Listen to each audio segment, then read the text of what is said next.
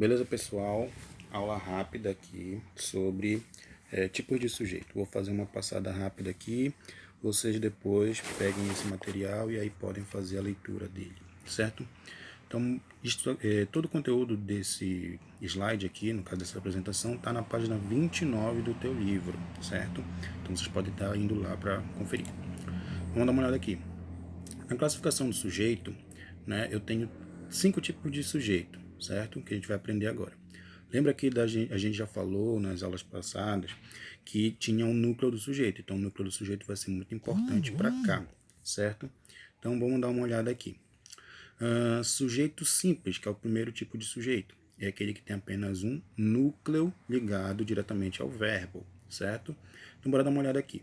A rua estava deserta. O meu sujeito é a rua. Então, qual é o núcleo? Rua. Eu só encontrei esse núcleo, então meu sujeito é simples, beleza? Eu tenho que ver aqui o seguinte, o sujeito simples ele não pode ser confundido com a noção de singular e de plural, porque pode dar uma olhada aqui embaixo. Os meninos estão gripados. Quem é meu sujeito? Os meninos, beleza?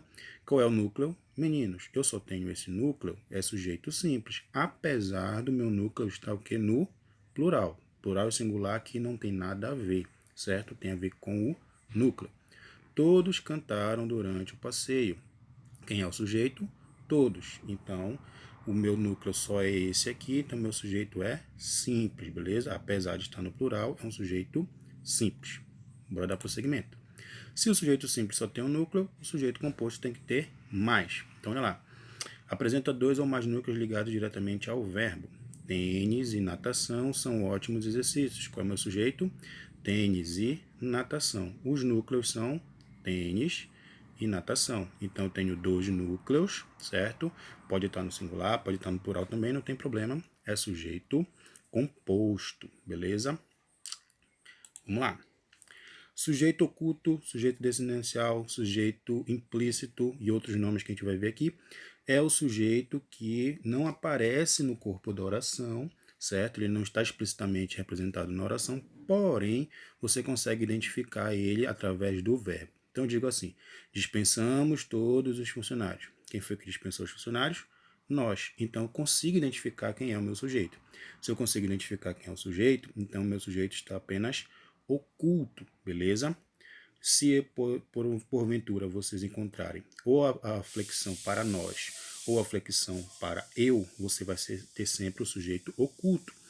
Por exemplo, dispensei todos os funcionários. Quem dispensou? Eu. Então, sujeito oculto. Dispensamos todos os funcionários. Quem foi que dispensou? Nós. Então, sujeito oculto. Só não aparece aqui no corpo da oração. Vamos lá. Sujeito indeterminado é aquele que, embora existindo, não se pode determinar nem pelo contexto. Então, você não vai encontrar nem eu, nem nós. Você vai sempre encontrar, você vai ter a noção de que alguém realizou a ação, mas você não sabe quem realizou a ação. Então, dá uma olhada aqui. Por exemplo, com verbos na terceira pessoa do plural. Procuraram você por todos os lugares. Quem foi que procurou você por todos os lugares? Alguém. Eu não sei quem foi que procurou você. Não foi nem eu, nem nós. Então, nesse caso aqui, você tem um sujeito indeterminado. Não dá para saber quem é. Com verbos na terceira pessoa do singular, seguido do pronome se. Então, bora dar uma olhada aqui. Vive-se melhor no campo. Quem é que vive melhor no campo? Alguém. Não sou nem eu, nem é você. Então, nesse caso aqui, não dá para saber quem é que vive melhor no campo. Alguém vive. Então, meu sujeito está indeterminado, certo? Diferente do oculto, que você consegue identificar se sou eu ou se sou nós, se somos nós, você, no sujeito indeterminado, não consegue identificar quem é o sujeito. Você sabe só que alguém realizou. Vamos para cá. Oração sem sujeito. É oração que só vai ter o que aqui para mim? Apenas o predicado. Ou seja, a ação não é realizada por ninguém. Ninguém foi responsável por aquela ação. Por isso, geralmente, vai representar fenômenos de natureza ou relações, ideias de tempo, ideias de fenômeno meteorológico. Dá uma olhada aqui. Choveu muito no intervalo no inverno passado. Quem foi que choveu? Aí você pode dizer, foi a chuva. Não, a chuva é um produto da ação.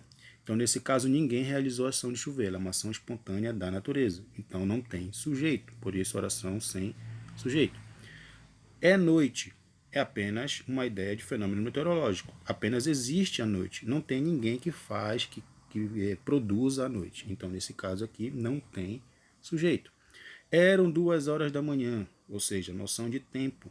Não tem ninguém que fez as 2 horas da manhã, que criou, que realizou a ação. Elas apenas existem. Então, se elas existem, a minha oração é oração sem sujeito.